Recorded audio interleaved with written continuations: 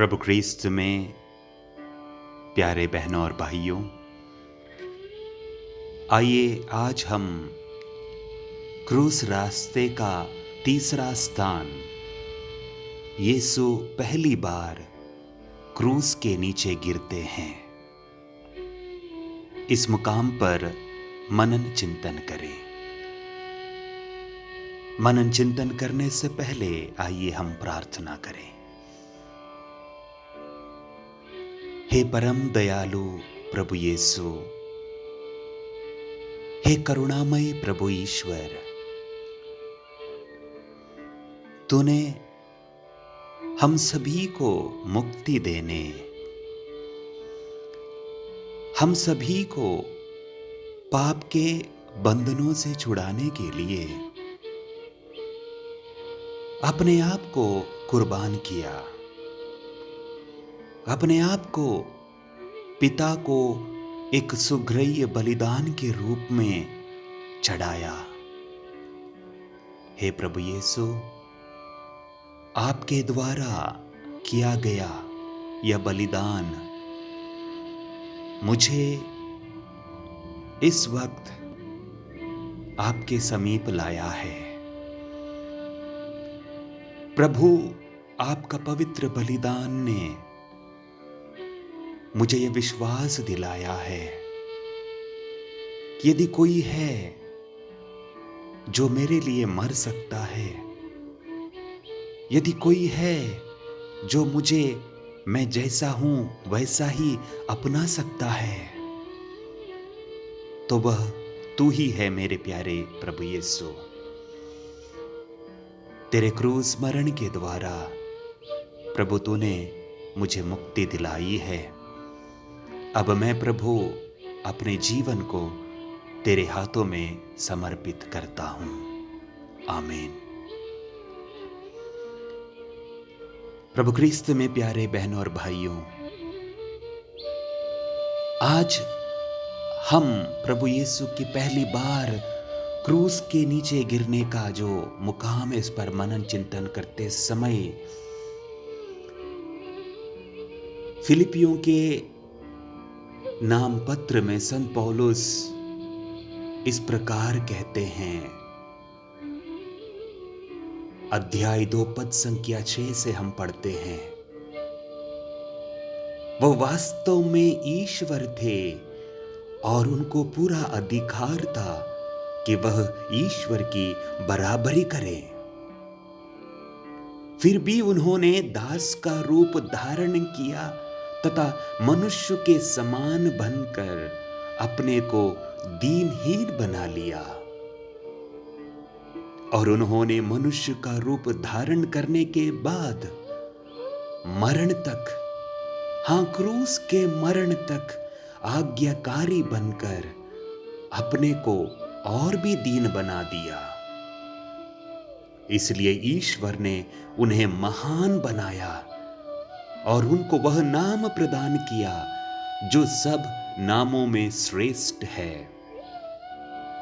जिससे ईसा का नाम सुनकर आकाश, पृथ्वी तथा अधोलोक के सब निवासी घुटने टेके और पिता की महिमा के लिए सब लोग यह स्वीकार करें कि ईसा मसीह प्रभु है।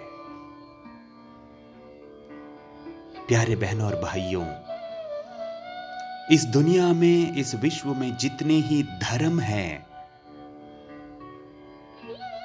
क्रिस्तीय धर्म को छोड़कर अन्य सभी धर्म अपने लोगों को यह बताता है कि किस प्रकार का मार्ग अपनाकर वो ईश्वर के करीब जा सकते हैं या ईश्वर तक पहुंच सकते हैं।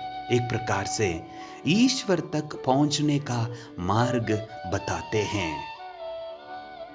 लेकिन हमारा क्रिस्तीय धर्म, हमारा ईसाई धर्म हमें ये बताता है कि ईश्वर ने कौन सा रास्ता लिया हम तक पहुंचने के लिए। ईश्वर ने किस प्रकार का रास्ता अपनाया आप तक, मुझ तक पहुंचने के लिए, और वह है क्रूस का रास्ता, प्रेम का रास्ता, बलिदान का रास्ता, त्याग का रास्ता। और हम सभी क्रिस्तीय विश्वासी प्यारे बहनों और भाइयों इस 40 के काल में इसी पर मनन चिंतन करते हैं। आज जब हम प्रभु यीशु जो पहली बार जमीन पर क्रूस के नीचे गिर जाते हैं, इस पर जब मनन करते समय हमें लगता होगा कि प्रभु यीशु को क्रूस देने से पहले उनको कोड़े लगाए, उनके कांटों पर, उनके सिर पर कांटों का मुकुट रखा, विविध प्रकार के अन्याय उनके साथ किया, उनकी सब थकावट के कारण, और इस भारी क्रूस जो उनके कंधों पर लादा गया था उसके कारण प्रभु जमीन पर गिर गए। हाँ, ये एक कारण है, लेकिन उससे कहीं ज्यादा यह है कि प्रभु यीशु सच्चा ईश्वर, सच्चा मनुष्य बनकर हमारे बीच में आए। वो हमें ये बताने के लिए क्रूस के नीचे अपने आप को समर्पित करते हैं। मनुष्य होकर तुम कमजोर हो, तुम क्रूस के नीचे गिर जाते हो, तो इसमें जब तुम गिर जाते हो तो लज्जित महसूस ना करो। प्रभु ने क्रूस के नीचे गिरने में कोई लज्जा महसूस नहीं किया। शारीरिक रूप से वो कमजोर थे, कमजोर हो गए, इसीलिए वो जमीन पर गिर जाते हैं। लेकिन आध्यात्मिक रूप से प्रभु मजबूत थे, आध्यात्मिक रूप से प्रभु पूर्ण पवित्र थे, और इसीलिए वो उठकर कलवारी की ओर चल पड़ते हैं। प्यारे बहनों और भाइयों, यदि प्रभु वहां पर चाहते थे तो क्या वो स्वर्ग से, ईश्वर से, पिता परमेश्वर से अपने लिए बल नहीं मांग सकते थे? क्या वो चाहते तो स्वर्ग दूतों की सेना को वहां पर हाजिर नहीं कर सकते थे? जिस प्रभु यीशु ने जब सुसमाचार का प्रचार किया तो अपने आध्यात्मिक बल के द्वारा लोगों को चंगा किया, कोड़ियों को शुद्ध किया, लंगड़ों को चलने की शक्ति दी, मुर्दों को जिलाया। क्या प्रभु वही आध्यात्मिक शक्ति को यहां पर भी उसका इस्तेमाल नहीं करना चाहते थे या कर नहीं सकते थे?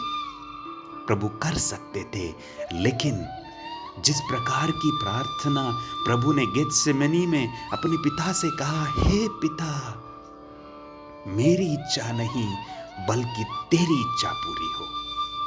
और ईश्वर की इच्छा यही थी कि प्रभु यीशु क्रूस ग्रहण करे, क्रूस पर मरे। प्यारे बहनों और भाइयों, जब पिता परमेश्वर की इच्छा प्रभु के लिए यह है कि वह क्रूस को अपनाए, क्रूस के तले गिरे, जब हम अपने पापों में गिर जाते हैं, अपने संकटों में, अपने दुखों में गिर जाते हैं, तो ये भी एक प्रभु की इच्छा हो सकती है। उसे हमें स्वीकारने में क्यों लज्जित होते हैं? प्रभु क्रूस के नीचे अपने आप को गिरने में लज्जा का अनुभव नहीं करते, लेकिन हम जो घमंड, अहंकार है, अपने आप को पवित्र दिखाने की कोशिश करते हैं। उस फरीसी के समान जो थन कर खड़ा हो गया और कहने लगा कि मैं हफ्ते में 2 बार उपवास करता हूं, मैं अपना दशमांश चुकाता हूं। हम भी वैसा ही करते हैं। अपने घमंड के कारण अपने कमजोरियों को हम पहचानते नहीं हैं। हमारी कमजोरियां सिर्फ शारीरिक कमजोरियां ही नहीं हैं, हमारी कमजोरियां आध्यात्मिक कमजोरियां हैं, क्योंकि जो रास्ता प्रभु ने हम तक पहुंचने के लिए अपनाया, हम ईश्वर की करीबी से, ईश्वर की उपस्थिति से दूर भाग जाते हैं। विडंबना देखिए, जिस मिट्टी से ईश्वर ने मनुष्य को बनाया, मनुष्य को रूप दिया, अपना ही प्रतिरूप दिया, आज उसी ईश्वर को लोग भारी भरकम क्रूस लाद कर उसी प्रभु यीशु को जमीन पर मिट्टी में गिरा देते हैं। प्यारे बहनों और भाइयों, कभी कभी मैं भी उन लोगों के सदृश, मेरे भाई बहनों के साथ भी ऐसा ही व्यवहार करता हूं, उन्हें दुखी करता हूं, उनके कंधे पर विविध प्रकार के बोझ डाल देता हूं। दोष लगाता हूं, उन्हें गिरा देता हूं और उनके गिरते ही मुझे मजा आने लगता है। क्योंकि आज इंसान अपने दुखों से इतना दुखी नहीं है जितना कि वो दूसरों के सुख को देखकर दुखी हो जाता है। ऐसी स्थिति में प्यारे बहनों और भाइयों, हम क्रूस के रास्ते पर मनन चिंतन करें। जो रास्ता प्रभु यीशु ने अपनाया उसी रास्ते पर हम चलें और प्रभु की महिमा को हमारे जीवन में प्रकट होने दें। प्रभु से यही प्रार्थना करें, प्रभु यीशु, जो आप चाहते हैं वही मेरे जीवन में हो। प्रभु जो आप चाहते हैं उसी के अनुसार मैं भी अपने जीवन का आचरण कर सकूं। प्रभु से प्रार्थना करें, प्रभु के पास जाएं। प्रभु जो अनंत जीवन का जल है, प्रभु जो अनंत जीवन की रोटी है, प्रभु के पास जाएं, प्रभु की महिमा गाएं, प्रभु की स्तुति करें, प्रभु को धन्यवाद दें। हे प्रभु यीशु, तूने मेरे लिए वो क्रूस अपनाया। आज प्रभु मेरे जीवन में आने वाले सभी दुख संकट को तेरे नाम पर स्वीकार करता हूं। प्रभु मुझ पर दया कर। हे प्रभु यीशु, जब भी मैं घिर जाता हूं अपने ही पापों के तले, अपने ही जिम्मेदारियों के तले, बोझ के तले गिर जाता हूं प्रभु, जब भी मैं प्रभु अच्छाई के रास्ते से भटक जाता हूं, गिर जाता हूं, प्रभु मुझे यह स्मरण दिला कि तू मुझे उठा सकता है, तू मुझे उठाता है, तू मुझे बल देता है। प्रभु आपका सहारा पाकर आपके संग में चल सकूं। आमीन।